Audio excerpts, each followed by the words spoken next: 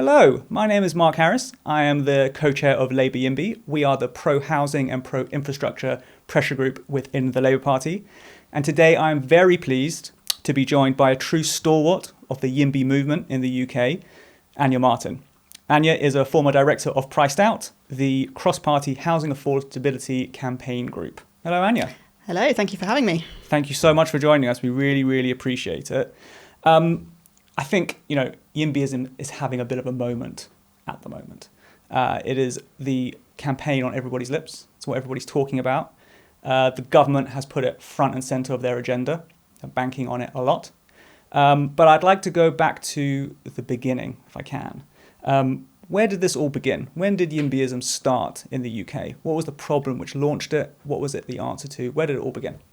Well, in terms of where it started, it's a very, very old idea. And actually, I think probably almost as old as the planning system itself, right? People have been saying there are issues with this, there are issues in terms of how we're dealing with housing supply, in terms of how we're allowing housing supply. It started to get a bigger thing, as you can imagine, more recently. So I'm aware of the existence of Priced Out, for instance, started in the early 2000s. Although at the time it wasn't exclusively a YIMBY campaign group, it was a general kind of housing affordability, renters' rights group. But it really has kicked off, I would say, within the last 5 years. So I've been involved in YIMBY campaigning for maybe 8 years now. And when I first got involved, it really was just a small bunch of weirdos. And it has grown beyond what I could have imagined. I was just saying a few days ago, I went to an event, and 8 years ago, when you went into a YIMBY event, it was really just people that you knew. It was the same group of people. And now I walk into the room and I think, who on earth are all of these people? Which is amazing. So it really, really taken off in the last few years, I think. Yeah, absolutely. And, Labour Yimbys ourselves, we launched a year ago now, a little less than a year ago, and we've seen very much the same. Every time we book a room, we have to book a bigger one. But what do you think changed 5 or 6 years ago? Why do you think that, your campaign group back then, which was much more general, what's been the crisis point that has meant that it's become this behemoth? So I don't think it was one specific crisis point. I think it was just things have continued to get worse. Housing has continued to get more and more expensive, and it's now affecting more and more people. So maybe 50 years ago, you had pretty awful housing circumstances if you were really on the lowest of incomes, but otherwise most people were able to go onto home ownership. And now we're looking at a situation where actually even people on fairly high incomes are living in house shares, and who are paying a lot of money for very, very poor, very substandard accommodation. So I think what's happening is it's just getting gradually worse and worse, and then because it's affecting more and more people, that message is more resonant. And I think especially actually there's a huge advantage in that a lot of kind of journalists and TV producers and people like that are quite young themselves, and so it's quite a lot easier to convey a message to someone and for them to want to share that with other people themselves if they are affected. So I think it's actually that kind of gradual sweep of things getting worse and worse, and then the people that it's affecting are also people that are fairly vocal and that are able to assert themselves, that are involved in politics, that are able to get involved in politics. So I think that's the probably the main societal driver that's pushed it along, or at least made our jobs easy. Because of course, actually, YIMBYism got big because lots of YIMBYs, including myself, but loads of others, dedicated a lot of their free time, a lot of their evenings, a lot of their weekends to trying to get that message out there. But obviously the fact that it landed was the fact that there are so many people who were like, yes, this affects me. Yeah, absolutely. I mean, I think that's absolutely right. And I think another reason behind it is that a lot of the people who are now decision makers, whether they're in the media or whether they're politicians or whoever else, have now aged into the point of their lives where they were expecting to be able to afford homes, and they can't afford homes. And it's because those decision makers are now being impacted by it so directly. That's why there's an impetus. I think that's part of it as well. I would also like to understand your perspective on the idea that the current government has put it front and centre because they are relying on housing and planning reform to drive a lot of economic growth, which we haven't had in the last 15 years. How important do you think that is? And how easy or how viable is it to drive economic growth through a housing and planning agenda? Yeah, I think it's a huge part of what's driving their interest in YIMBYism. I mean, obviously, everyone is interested in making housing more affordable, right? And that's how I came into it, and that's what I've been fighting for. And perhaps we were using the wrong messaging, right? Perhaps actually the messaging that lands with government is planning is the very, very obvious lever to pull in this country if you want growth, because it's the very obvious way that that politically we as a country are saying, no, you can't build a new home, right? That loses jobs in construction. You can't set up a new business. You can't build energy infrastructure. You can't build transport infrastructure. All of these things are very hard to do. And that's just a really obvious, direct, physical way that we are denying ourselves economic growth. And obviously, the Labour government will be considering not only economic growth is good in and of itself because it means that people have higher incomes, it means there's more to go around, but also because you can tax growth and you can spend that on the things that you really want to see, transfers and so on. So I think for them it is really enormous.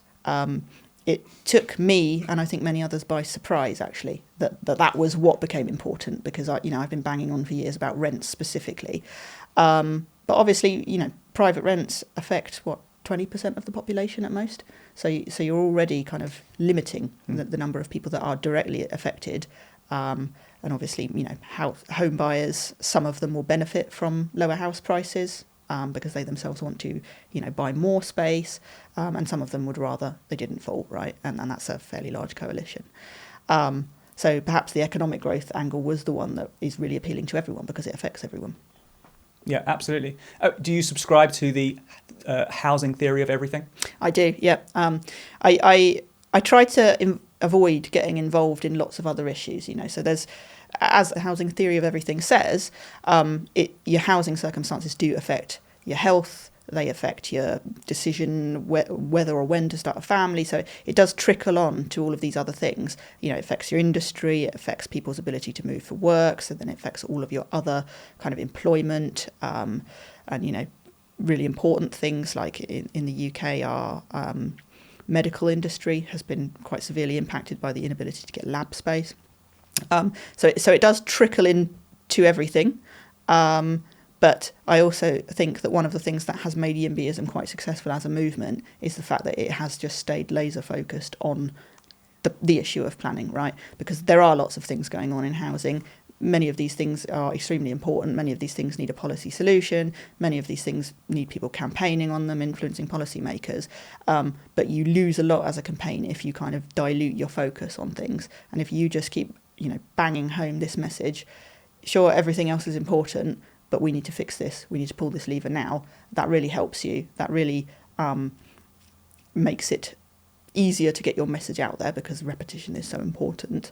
And it also allows you to build a much bigger coalition. So, YIMBYism is not associated with any party. It's not associated with being left or right wing. It contains basically everyone who wants housing to be more affordable. Yeah, absolutely. I'm going to push back on you a little bit there. Do you think there's a danger that YIMBYism becomes politicised? Because obviously we have multiple parties in this country and their political differences are genuine. People have different perspectives on how to fix particular issues. Some people think particular issues aren't issues at all. How much of a danger is it that YIMBYism becomes politicised? And crucially, how do we avoid that happening?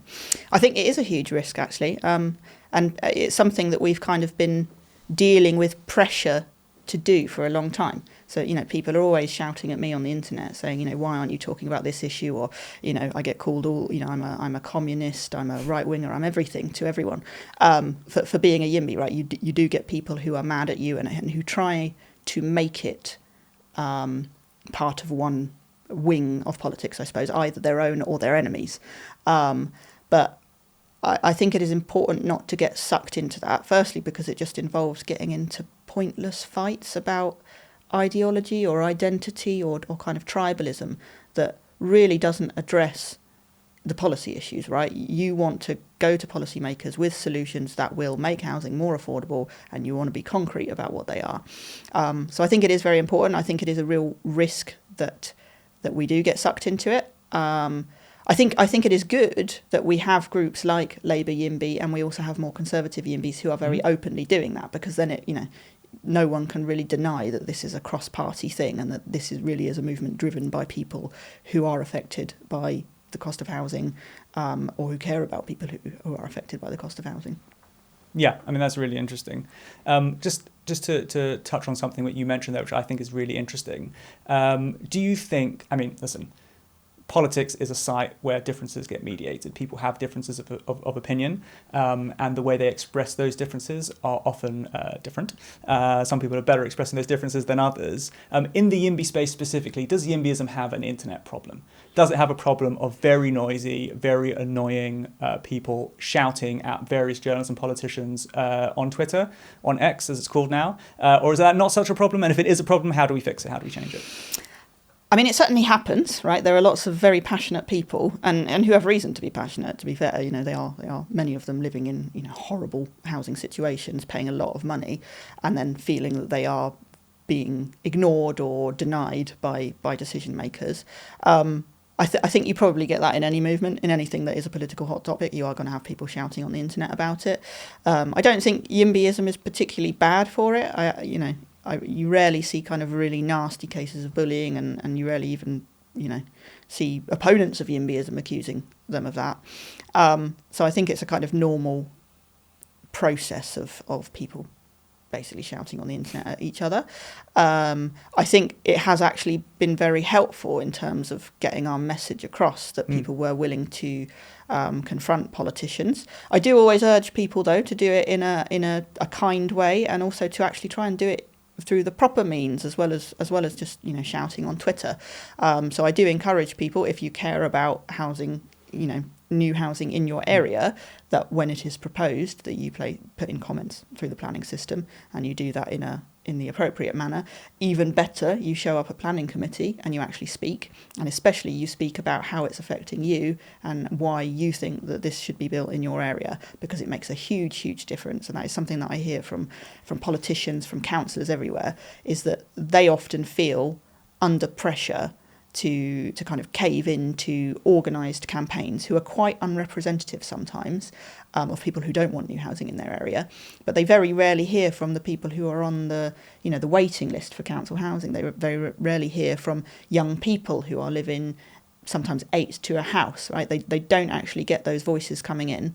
And now increasingly they are, and they do appreciate it, right? Not everyone is trying to act against you, right? Many of them are in fact trying to help you, and if you go and tell them what it is you need, they will hear you and they will listen, and if they hear it enough, it makes a huge difference. Yeah, I think that's absolutely right. I do agree. I mean, I've always been of the view that you don't get very far by shouting at politicians. It can feel good, it can be cathartic, but I think it's probably not the best way to achieve change, which is really what it's all about ultimately at the end of the day. Okay, fine. But a little bit more on conflict. Let's not leave conflict for good. In politics, there are always trade-offs. There are always trade-offs. I think people often try to ignore those trade-offs, pretend they don't exist. I don't think that's the case, and I don't think that's helpful. What are the trade-offs in housing policy and planning reform? Who has to lose for us to win, if anybody? Yeah, well, I mean, that's the big thing, right? We kind of, to an extent, we know who loses, or rather we know the way in which people do lose, is if you build new housing, it is kind of annoying for the neighbours, right? It's noisy, you have, potentially heavy vehicles coming through, it's dusty. I actually lived next to a block of housing that was going up once. If you've got a headache, drilling, that can be pretty bad. Obviously, I still support it, and, because I'm in favour, it's according to my principles, but it is annoying for people. In my case, they were actually building on a car park next to our flats. Now, I don't drive, but a lot of people do drive, and they probably don't like it when the car park that they use is replaced with housing, even if it is council housing. So there are obvious ways in which building new homes inconveniences people, right? And I think denying that won't do us any good, right? We are making a trade-off. But I suppose the point is that we need to make trade-offs that are good trade-offs. And in my view, it's kind of been fairly straightforward, right? I understand it's annoying if a block of flats goes next to you, but on the other hand, there's lots of people that desperately need this housing, and we do have to weigh up people's interests and concerns. But I do also think there's a lot of room for recognising what is driving people and trying to find ways to make it easier for them. So we can, of course, and you know, no one can say that Yimbys aren't interested in infrastructure as well, right? Like if people are concerned about parking spots, you can make a lot of that concern less bad by building more transport infrastructure so that actually they don't need this parking, or they don't need at least this amount of parking. You can do things like this, again, more energy infrastructure, but like people who live close to new energy infrastructure could receive a discount on their bills because they are, in a sense, being affected by this more than others. So, you know, why can you not help them out? And you can kind of do that for anything, really. Like you can implement that, and some places do kind of schemes that incentivize locals to accept. So you don't need to ignore them. There's always going to be trade-offs. But I think it's about shifting the system so that we are recognising that the trade-offs, or rather those trade-offs, are more fair and are not necessarily just kind of unrepresentative groups. And also then thinking about, well, how can we kind of make everything better through our development, right? Because ultimately historically, we have gone from people living in extremely poor housing circumstances to building a kind of better future where people are living in housing that is unimaginably good compared to what their ancestors hundreds of years ago were living in. Yeah, of course. Yeah, I would certainly agree. I always think that the way I put it is that we need to enable people to say, I don't like that, without thinking that they also have a veto against it. Exactly, yeah. Okay, fine. Moving on to the Planning and Infrastructure Bill, which has just been released. I'm keen to understand your thoughts, what you think of it, where you think it does well, better than you expected, where you think it falls short. I mean, have Yimbys won? Yimbys haven't won until we actually get the housing supply coming online, until we're building lots more homes, and until we're behaving a bit more like a regular country, right? We are one of the worst in the world for this. We build significantly less housing than most other comparable countries, and it's housing of lower quality, and it is more expensive because there is not enough of it. So we've won when we've actually achieved those goals of housing becoming more affordable. In terms of the planning bill, I think basically everything in the bill is good, but the question is whether or not it goes far enough.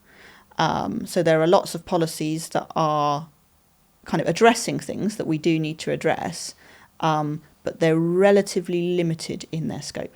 So just to give you one example, there are reforms within the planning bill to limit the use of judicial reviews. So this is when people take the council, the local authority, or the planning authority, whoever it is, essentially to court. This is an extraordinary kind of... It's a really strange thing that happens, right? The point of judicial review is to intervene when governments have done something that they should, because it's illegal, right? When they have done something really inappropriate. In practice, the way they seem to be being used is just trying to find ways that processes have been not done exactly right. So, sometimes it's to do with the length of consultations or the number of consultations or so on. They try to kind of defeat things on technicalities. And actually, this often very rarely stops the development from happening directly, because it is a technicality, right? It's fundamentally, you can build things if you get permission to do so, right? And councils can give you permission. But what people can do is delay them doing that. And there's a kind of... It adds a lot of cost, right? The taxpayer does have to pay for these legal fees often, and also all of the time it takes to actually go through that process. And it doesn't really achieve anything other than just delaying it. So it's kind of been abused, right? The plans within the planning bill are to make that a bit harder to repeatedly launch judicial reviews over technicalities. That's fine, that's good. The fact that people were repeatedly opening judicial reviews, repeatedly losing, and then just opening another one, is quite shocking, really, considering that the cost of that falls on other people. The problem is it only limits the number of times that people can open a judicial review on one particular issue. So if you find a slightly different way, then you can perhaps do it again. So yes, it's good, but is it really going to stop lots of judicial reviews being used to delay projects as opposed to necessarily stop them? It's probably not. actually it's probably going to continue. And I think there's just a lot of things like that in the bill where it's good, but it doesn't fundamentally change the fact that we have a system that is extremely slow and obstructive compared to other countries, where it's extremely politicised compared to other countries, and where councils have a very strong incentive to say no to housing, right? Because they see directly very little of the benefit, but they do take a lot of the abuse from local residents who are not happy about it being built near them. Yeah, understood. Yeah, nothing that you've said I would disagree with. I'm interested to understand your view on where we should go next. What is, in your view, the ideal maximalist position? Where would you get to in the planning system with planning reforms in this country if all your wildest dreams came true? And then do you think it's possible that we get there? And how? Yeah, it's a good question. I don't even tend to think in terms of maximal positions because I don't necessarily... I mean, I know some people subscribe to doing that as a political change thing. Personally, I'm far too much of a nerd, right? I actually try and look at the policy and think, well, what is a winnable policy goal there? And so I tend not to even look at the maximal position. But I mean, even if we just became an average European country, that would make housing so much more affordable. And then if you wanted to go to the even kind of better, I mean, Japan, for instance, has extremely affordable housing compared to us. They build a lot. I wouldn't necessarily port their system over. There's lots of things that we do well that they don't necessarily do well. But the point is, you could absolutely tank rents. You can make housing so much more affordable, and then what you then see is people are able to afford bigger housing, better housing, that, you know, they're able to start their families earlier. They're able to make all sorts of choices that they aren't able to currently make because housing is so expensive. And all you'd have to do to achieve that would just be more normal. Yeah. I mean, do you think we need to adopt a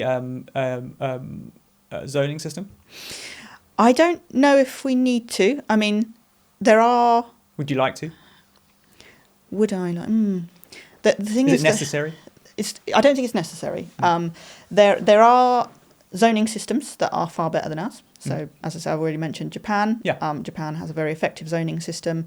You know, I have been reading about Japanese planning policy recently, and it's amazing how intelligently designed it is, how thoughtful it is, how far less conflictual it is compared to our planning policy as well, despite the fact that it delivers all of this new housing and that people are able to live in housing that is phenomenally kind of high tech compared to what we're used to, you know, very famously crumbling damp properties that we live in.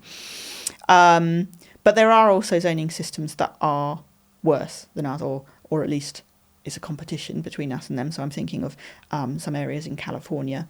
You know, there are the kind of local authority areas where they haven't built a single unit of housing in over a decade, because the zone is just no. It's a no zone. So, you know, not a panacea. Yeah, in general, I think zoning systems probably are better. For us to move to a zoning system, we'd have to totally kind of take apart the planning system as a whole, and I think that politically that's probably extraordinarily difficult to do, and there are lots of things that we can do within our current system to improve it, and so I have tended to focus on those. But I mean, yeah, generally most countries have more zonal systems than we do, and they also deliver better outcomes. Right. Okay, understood. What, in your view, is the most successful, or one of the most successful, or a successful campaign that we should look at from around the world that we might want to emulate? The one that springs to mind, because it's quite recent, is New Zealand. YIMBY campaign groups have been extremely effective. So I think Auckland passed some quite wide-ranging planning reforms. Again, you know, they didn't totally rewrite their system. They worked with a system that was fairly similar to ours to begin with, and they just looked at ways that it could be made less obstructive, less conflictual, and it seems to have been extraordinarily effective. They got loads of new housing, kind of townhouse style housing, which is relatively dense compared to your typical suburban property, but also actually allows people to have their own houses, you know, flats as well, but it kind of allows both, right? So you're providing that choice for people. Almost instantly effective. This is the other thing people always say to me, well, we build these homes, but how long will it take for prices to come down? Actually, what we've seen is quite quickly. If you pull the levers that enable people to build homes, firstly, they do build them, and secondly, that immediately makes life better for renters, for people who want to buy their home. So I think they have been extremely effective in terms of the outcome and in terms of their messaging and in terms of reaching politicians within their country. We need to be looking there. There are also extremely effective YIMBY campaigns over in the US as well. So they've gone for a very technical approach, I'd say. They literally write bills and they try and get them over into their legislatures, which is, I would love to be able to write bills, but I'm not a lawyer. So, if maybe I start training now, I'll be ready in a few years to write bills. But so they've gone for this incredibly kind of skilled technical approach, which has succeeded. They've passed legislation to make it easier to build ADUs. So these are accessory dwelling units, or basically granny flats, and to allow people to build units if they have enough garden space. As I say, often for a grandmother or for a relative or someone to live there. Easy way to allow people to build housing, but also housing that people actually want in their area because they see directly how it benefits them. So there's all sorts of stuff going on across the world. It is, interestingly, largely in the Anglosphere. I am not aware of as active campaigns outside of English-speaking countries. And it's not because I don't follow what's going on there. I think it's just because Anglosphere countries, for some reason, seem to have particularly poor planning and housing systems that they need such campaigns. Why do you think that is? It's very interesting. Australia and New Zealand, as far as I'm aware, ported over quite similar systems as us. So I don't know whether they copied us or whether we copied them. No idea. But either way, the wrong person was copied. The States has a very different system. Typically, actually, across the States, it's not all bad. Most American cities are actually quite relatively affordable compared to the UK. Sure. It seems to be isolated particularly in California and New York, where they have problems. So why? I don't know. I hope it's not the English language, because that makes it quite difficult to fix. Okay, good. Our final question. What will be your message to YIMBYs, people who are interested in the space, people who care about housing, who are feeling it themselves? What would be your message to them? So I think the planning bill is going to be really, really important. We have to get the planning bill right. Yeah. If we get it wrong, then it's going to be a long time before there's another pop at this. And we really don't have another 5 years to wait, 10 years even. So we have to get this one right. As I say, I think the bill is good, but does not go far enough. And I think government is going to be interested to hear that perspective because, of course, they do want these houses. They do want the economic growth that they are expecting, and they want more of it.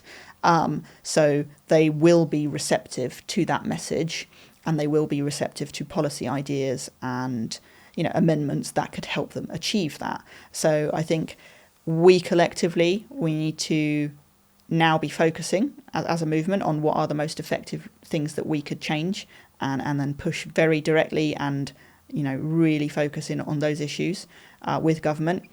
They will be receptive. It obviously helps if you are interested in getting involved in YIMBYism. The more people they hear saying it, the more likely they are to act and to think, okay, this is a good idea, or to seek out more information. So anything you can do to kind of signal boost, to support YIMBY campaign groups. So obviously Priced Out, you've got YIMBY Alliance, you've got Labour Yimby. All of these groups, support them, boost them, speak to your politicians, speak to your councillors. Make sure they are hearing these things. If you are a local resident, they will listen to you.